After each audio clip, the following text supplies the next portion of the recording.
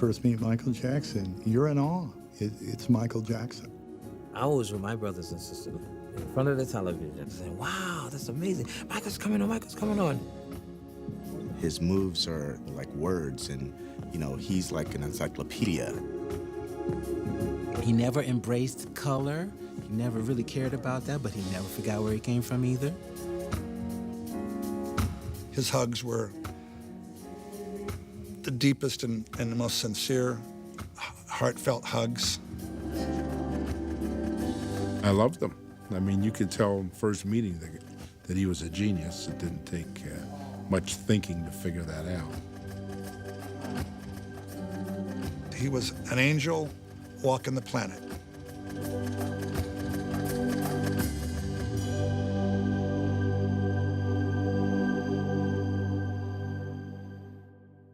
Love is magical. That's how I feel.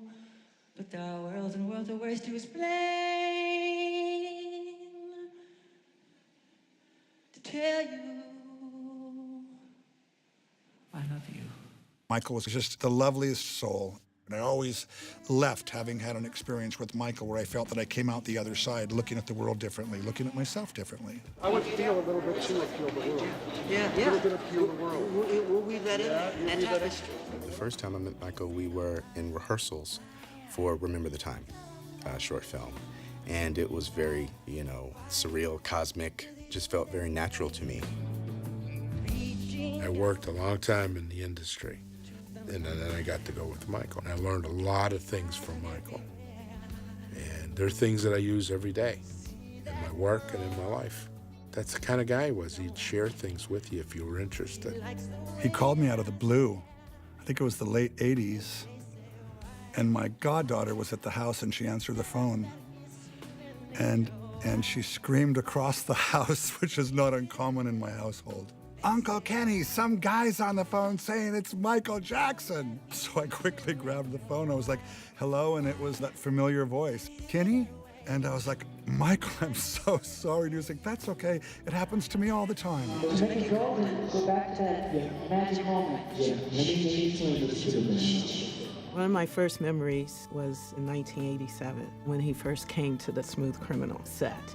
He walks over to me and he comes really, really close and he's looking at me and he goes, who did your makeup? And I said, I did. And he goes, I like your eyes.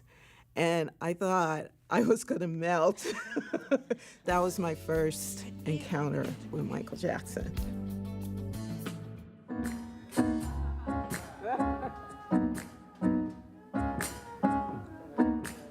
I got a call that I was on the short list for Michael. He was looking for musical directors. I went down, got on the keyboards to start playing, and then we're waiting for Michael, and then MJ comes in, and as soon as he comes in, I'm playing, he just starts dancing immediately. And then he starts singing, and then we stop, we hug, embrace, talk a little bit, and play some more, and I would ask him to sing things. And he was so vibrant and passionate and happy. He looked great, he sounded great. We did a concert for about a half an hour. So it'll be different sound. Yeah. I'm just doing that now so you can hear it. It'll be a different. I met him and, he didn't speak a lot. He was very shy. And, that's what a lot of people know he is, And he used to always smile at me and bow into me and say, that was great, Over the years, he got more comfortable enough to speak with me more and spend some time with me. All the dancers were like starstruck. I don't know how else to put it. It's easy to do. But at the same time, within seconds of meeting him, he was a sweetheart. Yeah. He's an absolute sweetheart and just a good guy. So I think that barrier got broken very, very quickly, and he was a very approachable man. I remember early days when I was walking through the corridor of Centre Staging, and this was just after I auditioned. And I was walking down there, and it was Michael and his bodyguard. And I didn't know whether to run into the nearest room and hide, because I was like so nervous, or say hello. And so I just said to myself, I'm just gonna say hello, see what happens. So I went up to him and I said, oh, hi, how are you? And he goes, oh, really good. And he grabbed my hand and shook my hand. He said, God bless you, I'll see you soon. it made me smile. I was just happy for the rest of the day. Awesome. The first concert I did with him at Madison Square Garden, you know, throughout rehearsal, he would have these loud sonic hand claps. And me and Jonathan would be like, wow, these claps are loud, man. I mean, I can't even hear it. They're that loud. And do you know, I was so thankful for those hand claps because the first night at the Madison Square Garden, there were so many people screaming. I couldn't even barely hear myself. To hear actual time and meter, I was thankful for those hand claps. Obviously, he would know how it is in a live experience. I want to be starting something. I played this little funky solo, and he puts his arms around me. The day before he died was the first time that I actually, after I did the solo, I didn't go back to my station. I stood there, and I looked in his eyes, and he looked back at me. And I mean, something went through me that was so powerful, and he smiled, and I smiled back. And it was the most powerful feeling in the world. I mean, happy feeling. You see, they don't look that good anymore. People probably don't think of him in terms of a funny person, but he was very, very funny. And I always, like, people have called him Peter Pan, but I always think he's like Peter Pan laughing his ass off. Whatever that is. I think it helps us all decide if we're on the right track. Hey, we want to see previews. Okay, we're gonna get you some. We're gonna get you some soon. We first moved to LA, and my son, you know, was like in pre-kindergarten, you know, and he was, you know, struggling a little bit, wasn't real happy. It came time for show and tell, and I said, "Gee, Dominic, what are you gonna do for show and tell?" He said, "Well, I want to bring Muscles." Muscles was Michael's boa. I said, "Better think of something else. I'm scared to death of snakes, so I'm not bringing it." So I mentioned it to Michael, and he said, "Oh yeah, you can take the snake. Go ahead." I said, "Michael, you know I'm afraid of snakes. I'm not touching that snake." He said, "Well, I'll go." "You'll go?" I said, "You can't go to show and tell." "No, I will." We go to the school. The whole place all fell out. My son was like the hero forever. I couldn't believe anybody would do something like that. I mean, that, to me, that's amazing. That's going above and beyond a client or a friend. Or I mean, that's the kind of guy he was. You know, he was a real guy. I remember one time he invited me to Neverland, and he said, pack a few things, and if you don't feel like going, you can stay. And I did. I think I stayed for 3 days. I remember sitting in 2 easy chairs, having a conversation, a creative conversation, and an elephant walked past the window. And Michael didn't even skip a beat. He just kept going, and I went, wait a minute. You know, that might have just been Lassie to you, but for me, that was like Africa just walked past the window. Can we take a moment and he giggled, you know, and he was lovely. The mic is in the car. That'll be on fire.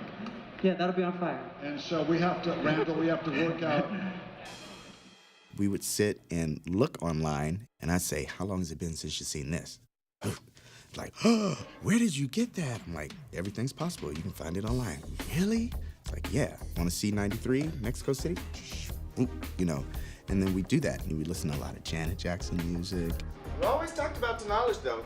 I And love said that. it's, I dance to it to this day. It's So I'm one, like, yeah. I love it. It just gets inside of me.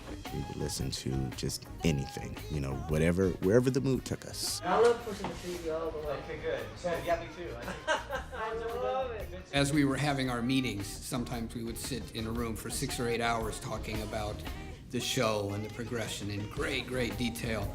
And if he was referring to Thriller, he would begin quietly to sing it, Yes. illustrating what he wanted to happen in a certain chorus. And the room would just go quiet. You couldn't keep yourself conversational when Michael Jackson was singing, even under his breath. But it's going to be very operatic. Beautiful.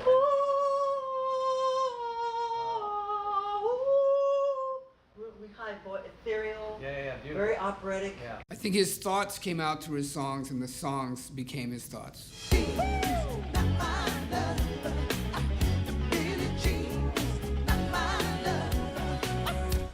And then the Billie Jean, he does the routine with the hat, and he dances under this one single spotlight, and it was just him and me.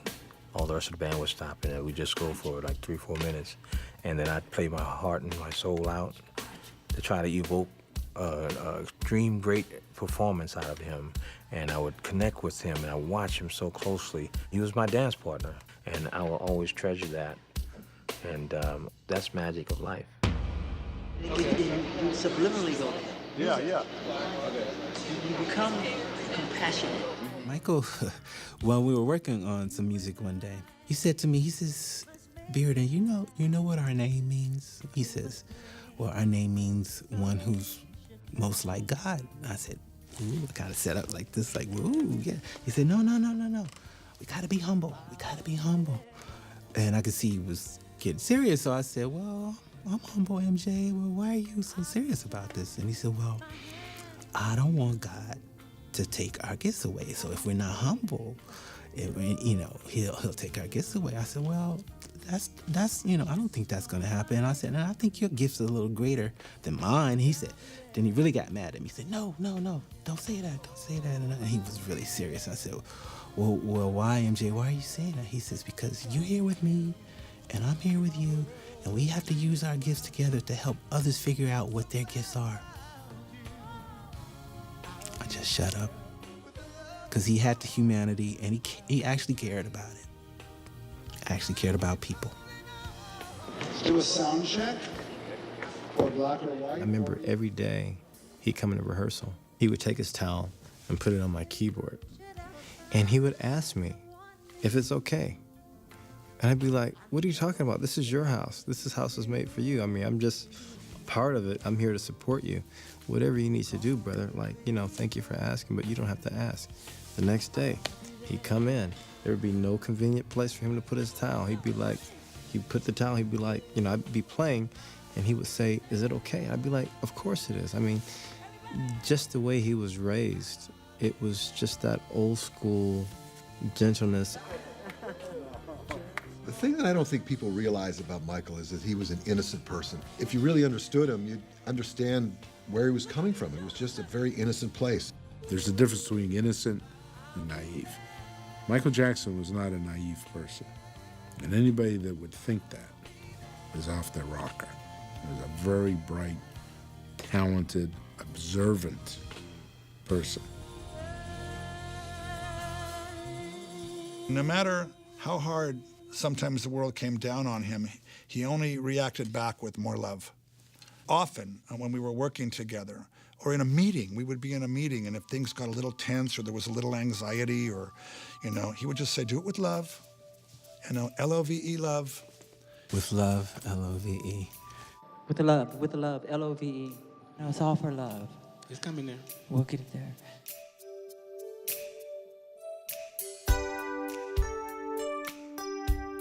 A lot of people don't know.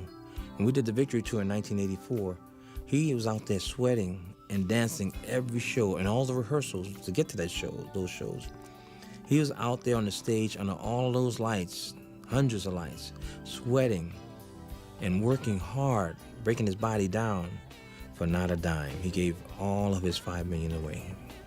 Every night for all of those months, he did it for free. And I think that aspect of Michael is equally as impressive and remarkable is the musical side of Michael. His lasting legacy will be his music for the fans, the great short films that he made, and for a lot of us who were close to him, his legacy will be his great friendship and the great sense of humor that he had. Some people got to experience it, some people didn't. I'm just one of the lucky guys in life. It's my friend Mike.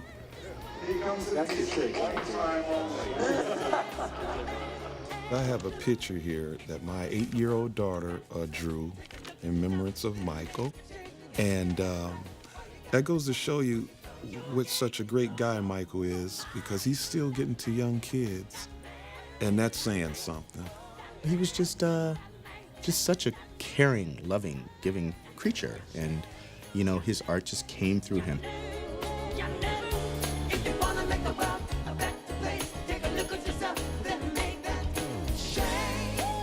Once every several centuries of mankind, God sends somebody special. a wake-up call, somebody to enlighten the people in the way to be, somebody to excite the people, somebody to bring people together. And I think Michael is a gift from God that he sent to show people how to be, how to love. He's simply the best, he's simply the kindest, and he's simply the greatest. You know, the Lord takes him away from you, but at the same time, it's a great thing because I know he's in a better place, you know? He was passionate in his work. He was passionate in his life. He loved his children, and they love him. Boy, do they love him. He was a king, you know, a king of hearts, and a king of entertainers, and a king of imagination, you know, and a king of a father, and a king of a friend. And really, you know, if I could, I would have crowned him myself.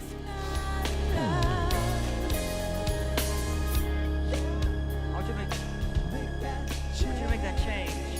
Make that change.